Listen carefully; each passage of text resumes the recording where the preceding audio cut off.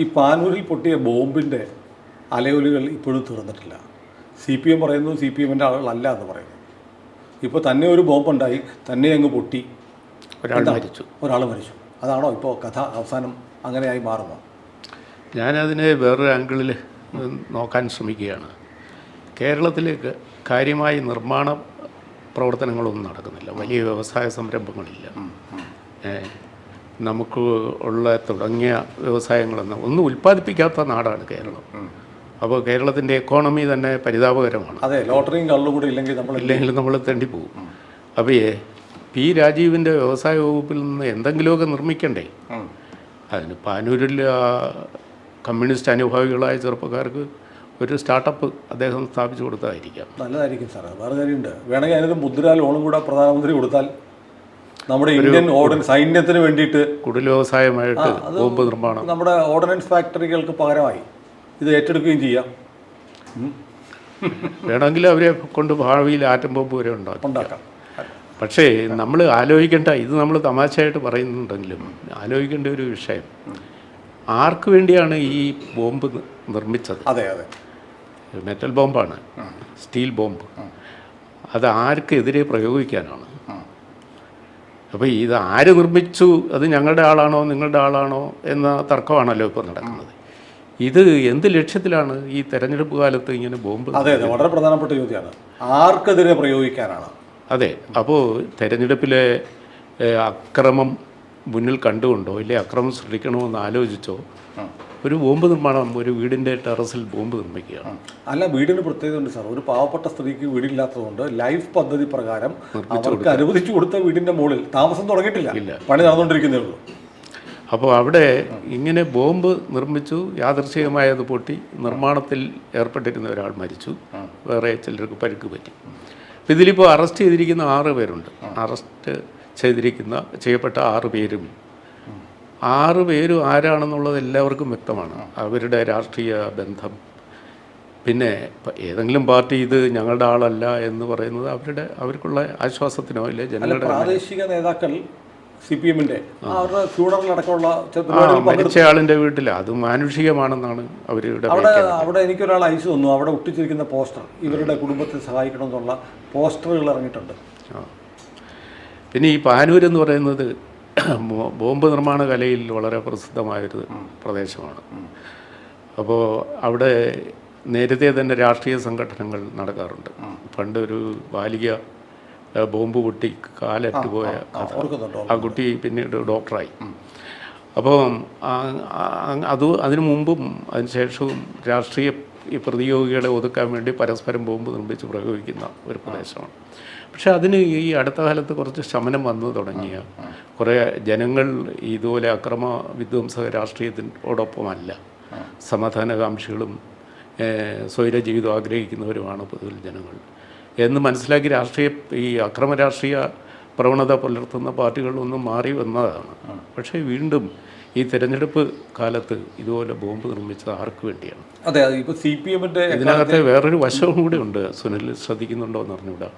അത് നമ്മളുടെ രാജ്യത്തിന് പുറത്ത് എവിടെങ്കിലും യുദ്ധം നടന്നാൽ, ഇപ്പോൾ പാലസ്തീൻ, ഗാസ, ഹമാസ്, ഇവിടെയൊക്കെ യുദ്ധം നടന്നാൽ അതിന് സമാധാന റാലി നടത്തുന്ന പാർട്ടിയുടെ ആളുകളാണ് ഈ ബോംബ് നിർമ്മിക്കുന്നത്.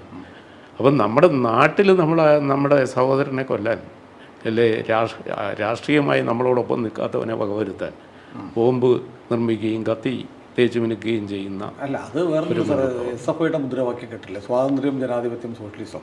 കേരളത്തിലെ ക്യാമ്പസുകളിൽ അവർ ചെയ്തുകൊണ്ടിരിക്കുന്നുണ്ട്. ഒരു സ്വാതന്ത്ര്യവും ഇല്ല, ഒരു ജനാധിപത്യവും ഇല്ല, ഒരു സോഷ്യലിസവും ഇല്ല.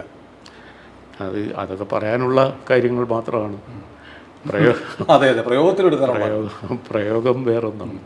അപ്പോൾ അല്ല, നമ്മൾ പറഞ്ഞു വന്നത് ഈ ബോംബിൻ്റെ രാഷ്ട്രീയം ഉപേക്ഷിക്കാൻ ഇനിയും കാലമായില്ലേ? ഇടപെട്ടോട്ടെ. അതായത് ഈ CPMൻ്റെ ഏറ്റവും വലിയ രാഷ്ട്രീയ വൈരികൾ RSS ആയിരുന്നു, BJP ആയിരുന്നു. ഇപ്പോൾ പൊളിറ്റിക്കൽ എതിർപ്പ് മാത്രമേ ഉള്ളൂ. കായികമായുള്ള എതിർപ്പുകൾ അവസാനിച്ചു. അതിപ്പോൾ ഗുണപരമായ കാര്യമാണ്. തലശ്ശേരി നമ്മൾ കണ്ണൂർ കേട്ടിട്ടുണ്ടല്ലോ. അപ്പോൾ അതിന് പറയുന്നത് തിരുവനന്തപുരത്ത് മസ്കറ്റ് ഹോട്ടലിൽ വെച്ച് ശ്രീ എമ്മിൻ്റെ നേതൃത്വത്തിൽ ഒരു ചർച്ച നടന്നെന്നും അവിടെ വെച്ചാണല്ലോ കടക്കുപുറത്ത് എന്ന് മാധ്യമപ്രവർത്തകരോട് പറഞ്ഞു. അതിനുശേഷം വളരെ സമാധാനമായി CPMൻ്റെ പ്രകടമായ കട്ടയ്ക്ക് നിൽക്കുന്ന എതിരാളിയായ RSSുമായി പ്രശ്നങ്ങളില്ല. അപ്പോൾ പിന്നെ വ്യാപകമായി ബോംബുണ്ടാക്കുന്നത് എന്തിനായിരിക്കും? അതെ, അതും തെരഞ്ഞെടുപ്പ് കാലത്ത്. അല്ല, ഞാനിതിൽ നിന്ന് അനുമാനിക്കുന്ന ഒരു കാര്യം, തിരഞ്ഞെടുപ്പിൽ തോൽവി, വലിയ വ്യാപകമായൊരു തോൽവി വന്നാൽ രാഷ്ട്രീയ എതിരാളികളുടെ ഓഫീസുകൾ, വീടുകൾ, പാർട്ടിയെ ഓപ്പണായി എതിർത്തവരുടെ വീടിന് ബോംബ് നടത്തുക, ആക്രമിക്കുക, വൻതോതിൽ ഭയങ്കര അക്രമം അഴിച്ചു വിട്ടാൽ ജനങ്ങളെ ഭയപ്പെടുത്താൻ പറ്റും. അടുത്ത നിയമസഭാ തിരഞ്ഞെടുപ്പ് വരുമ്പോൾ ജനങ്ങൾ ഈ ഭയം ഉണ്ടാവും. ഭയം മനസ്സിൽ വെച്ചുകൊണ്ട് അവർക്ക് വോട്ടിംഗ് ആണ് ചെയ്യാതിരുന്നാൽ കടക്കപ്പുറത്ത് വേണമെങ്കിൽ കാലന്മാരെ ജയിപ്പിക്കണം, അങ്ങനെ കരുതുന്ന ഒരു മനോഭാവം സൃഷ്ടിക്കുക. അതല്ലെങ്കിൽ വടകരയിൽ KK ശൈലജ തോറ്റു കാണണമെന്ന് ആഗ്രഹിക്കുന്ന ഒരു വിഭാഗം പാർട്ടിക്കകത്തുണ്ട്, ഉണ്ടാവും. കാരണം ഈ ശൈലജ ഫിനിഷ് ചെയ്യുക. പാനൂർ കൂത്തുപറമ്പ് ഏരിയയിലെ സംഭവം ഡയറക്റ്റായിട്ട് ബാധിക്കുന്ന ഒരു മണ്ഡലമാണത്, ഈ വടകര മണ്ഡലം. അപ്പോൾ വടകരയിലെ ഈ തരം ചെറിയ ചലനങ്ങൾ പോലും അല്ലെ ഈ പാനൂർ ഏരിയയിലേക്ക് ചെറിയ ചലനങ്ങൾ, കണ്ണൂരിലേക്ക് സംഭവങ്ങൾ പെട്ടെന്ന് പ്രതിഫലിക്കും ഈ വടകര മണ്ഡലത്തിൽ. ഞാൻ കഴിഞ്ഞ ദിവസം കണ്ണൂർ പോയിരുന്നു സാർ. കണ്ണൂർ വെച്ച് ഞാൻ താമസിച്ച ഹോട്ടലിലെ ഒരു ജീവനക്കാരനുമായിട്ട് സംസാരിച്ചു, പരിചയപ്പെട്ടു. അദ്ദേഹം CPM-ൻ്റെ ആളാണ്. അപ്പോൾ ഞാൻ ചോദിച്ചു, അദ്ദേഹം പറയുന്നതൊക്കെ CPM-നെതിരായ കാര്യങ്ങളാണ്, പാർട്ടി ഇങ്ങനെയൊക്കെ ആയിപ്പോയി സാർ എന്നൊക്കെ പറയുന്നുണ്ട്. അപ്പോൾ ഞാൻ ചോദിച്ചു, നിങ്ങൾക്ക് എങ്ങനെ എന്നിട്ടും ഇപ്പോഴും CPM-ആയി തുടരാൻ കഴിയുന്നു? അദ്ദേഹം എന്നോട് പറഞ്ഞ വളരെ കൗതുകകരമായ മറുപടിയാണ്. അദ്ദേഹം പറയുകയാണ്, ഇത് പട്ടാളത്തിൽ ചേരുന്ന പോലെയാണ്. ചെന്നപ്പെട്ടു, പിന്നെ ഇറങ്ങാൻ പറ്റില്ല. പട്ടാളത്തിൽ നിന്ന് കൂടും കിടക്കായിട്ട് തിരിച്ചു വന്നാൽ അവരൊന്ന് പിടിച്ചുകൊണ്ട് പോകുമല്ലോ എന്ന് പറഞ്ഞു. പട്ടാളത്തിൽ ചേരുന്ന പോലെ ഞങ്ങളൊക്കെ ഇങ്ങ് പെട്ട് നിൽക്കുകയാണ്. അപ്പോൾ ഇത് ഭയം ആണ് ഇതിൻ്റെയൊക്കെ ഒരു അടിസ്ഥാന ഘടകം. പോയി പാർട്ടി വിട്ടാൽ, പാർട്ടിക്കെതിരെ ചിന്തിച്ചാൽ കഥ കഴിയും. അതെ, ബിഗ് ബ്രദർ ഈസ് വാച്ചിങ്. അപ്പോൾ വലിയേട്ടൻ്റെ കണ്ണുകൾ, ചുവന്ന കണ്ണുകൾ തൻ്റെ പിന്നാലെ ഉണ്ടെന്ന ഭയം. അതെ. അത് സോവിയറ്റ് യൂണിയൻ്റെ കാലത്ത് വളരെ പ്രകടമായിരുന്നു. എത്രയോ കഥകൾ നമ്മൾ പുറത്തു വന്ന് കേട്ടിട്ടുണ്ട്. ഇവിടെ ഇത് ജനാധിപത്യം പ്രാക്ടീസ് ചെയ്യുന്നൊരു നാട്. അവിടെ ഇത്തരം പ്രവണതകൾക്ക് എന്ത് പ്രസക്തിയാണ്? ഇവർ ശ്വാസം വിടുമ്പോഴൊക്കെ ജനാധിപത്യത്തെക്കുറിച്ച് സംസാരിക്കുകയും എതിരഭിപ്രായമുള്ളവനെ അടിച്ചൊതുക്കുകയോ കൊന്നു വീഴ്ത്തുകയോ തെങ്ങിൻ പൂക്കല ചിതറുന്നത് പോലെ തലച്ചോറ് ചിതറിക്കും എന്ന് പ്രഖ്യാപിക്കുകയോ ചെയ്തുകൊണ്ട് വകവരുത്തുന്നത് മടിയുമില്ല. അപ്പോൾ അത്തരം ഭയപ്പെടുത്തി തനിക്ക് അനുകൂലമാക്കുന്ന ഒരവസ്ഥ, ഭീകരത സൃഷ്ടിച്ച് അനുകൂലാന്തരീക്ഷം കഴിഞ്ഞില്ലേ സാർ? അത് കഴിഞ്ഞു. ഇത് പ്രാകൃത മനോഭാവമാണ്. CPM-നെ ജനങ്ങൾ സ്ക്രാപ്പ് ചെയ്യുന്നൊരു കാലത്തേക്ക് പോയിക്കൊണ്ടിരിക്കുകയാണ്. ഇനി ഇതൊക്കെ ആവർത്തിച്ചാൽ അല്ല, ആശയപരമായി നിലനിൽപ്പില്ലാത്ത ഒരാൾക്ക് അക്രമം ആണ് അടുത്ത വഴി. അപ്പോൾ ആശയപരമായി എന്നേ പാപ്പരായ ഒരു പ്രസ്ഥാനമാണത്. അവർക്ക് തന്നെ അത് മനസ്സിലായി. പിന്നെ ഇതുപോലെ ആളുകളെ ഭീഷണിപ്പെടുത്തിയും ഭയപ്പെടുത്തിയും പ്രലോഭിപ്പിച്ചും ജോലി വാഗ്ദാനം ചെയ്തും അങ്ങനെ ഇങ്ങനെയൊക്കെ നിർത്തുക. നമുക്കിപ്പോൾ അനിത എന്ന നേഴ്സിൻ്റെ തന്നെ അറിയില്ല. അപ്പോൾ അത് അവർക്ക് അവരുടെ പേരിൽ കുറ്റമുണ്ടെന്നാണ് ഒരു ദിവസം പറഞ്ഞത്. പിറ്റേന്ന് ആ കുറ്റം എന്താണ്? മാത്രമല്ല, കേരളത്തിലെ മാധ്യമങ്ങളും സാമൂഹ്യ മാധ്യമങ്ങളും ജനങ്ങളും ആകെ അനിതയ്ക്ക് വേണ്ടി ശബ്ദിച്ചിട്ടും സർക്കാർ 5 ദിവസം കുലുങ്ങിയില്ല. കോടതി വിധി കയ്യിലുണ്ടായിട്ടും. നേരത്തെ പൊതുജനാഭിപ്രായത്തെ മാധ്യമങ്ങളെ പേടിക്കുന്ന ഒരു സർക്കാർ ഉണ്ടായിരുന്നു. അതൊന്നും പ്രശ്നമേ ഇല്ല. പത്രങ്ങൾ പറയും, ചാനൽ പറയും, ജനം പറയും, പോയി പണി നോക്കടാ എന്ന ലെവലിലേക്ക് ഒരു ധാർഷ്ട്യം. ഇതാണ് നമ്മൾ മുമ്പൊക്കെ ലോകത്തെ എല്ലായിടത്തും കമ്മ്യൂണിസം തകർന്നപ്പോൾ കണ്ടിട്ടുള്ളത്. അതിൻ്റെ അസ്തമയ കാലമാണിത്. ഈ അസ്തമയ കാലത്താണ് അവസാനത്തെ ബോംബ് കൂടെ പൊട്ടുന്നത്. ഈ പൊട്ടുന്ന ബോംബിൻ്റെയൊക്കെ ലക്ഷ്യം എന്തായിരുന്നു എന്നുള്ളതായിരുന്നു നമ്മൾ ചോദിച്ച ചോദ്യം. ആർക്കെതിരെ പ്രയോഗിക്കാനാണ്? പക്ഷേ പിണറായി ഈ അസ്തമയകാലം മുൻകൂട്ടി കാണുന്നുണ്ടെന്ന് തോന്നുന്നു. അതുകൊണ്ടാണെന്ന് തോന്നുന്നു ലീഗിന് പിന്നാലെ നടന്ന് കാമിച്ചുകൊണ്ടിരിക്കുന്നത്. ലീഗ് വന്നില്ലെങ്കിൽ ലീഗിൻ്റെ ആളുകൾ വന്നാൽ മതിയല്ലോ.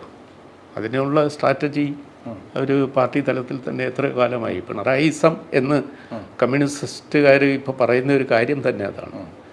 ന്യൂനപക്ഷങ്ങളെ പാർട്ടിയോട് ചേർക്കുക, എങ്ങനെയും ഭരണത്തിൽ തുടരുക.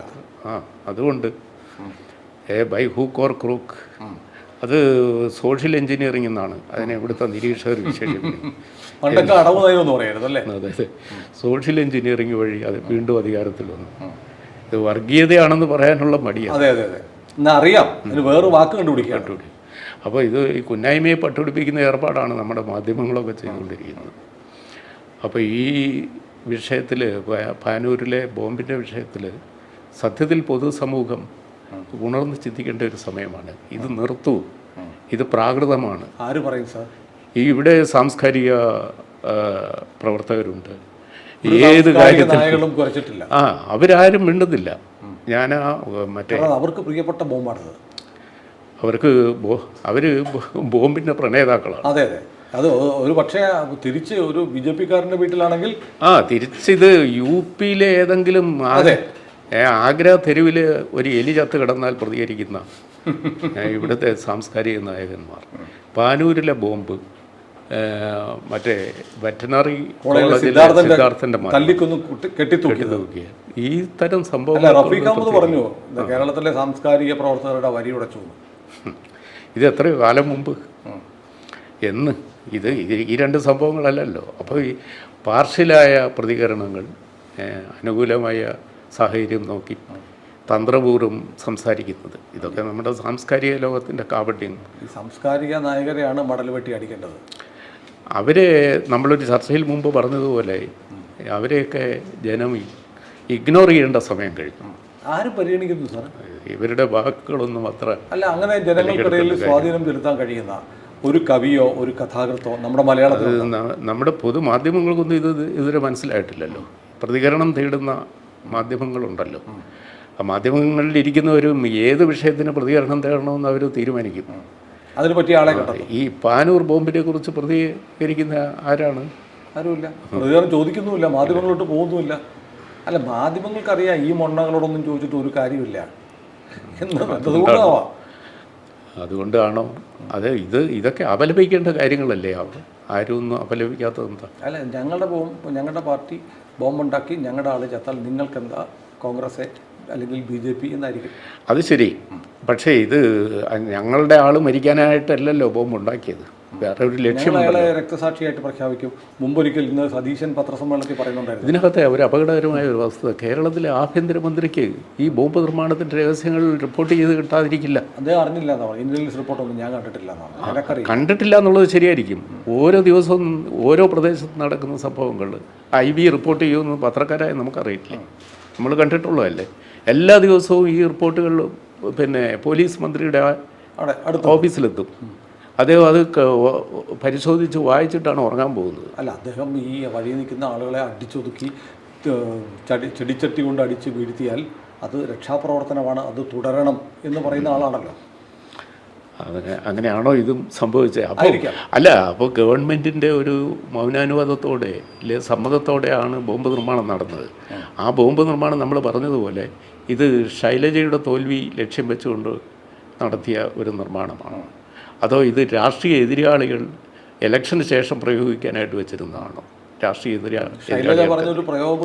ഇല്ലെങ്കിൽ പോളിംഗ് വേളയിൽ ബൂത്ത് ആക്രമണത്തിന് ഉപയോഗിക്കാൻ വെച്ചിട്ടുണ്ടോ? നോർത്ത് ഇന്ത്യയിലൊക്കെ ഒന്നും പറഞ്ഞുകൂടാ.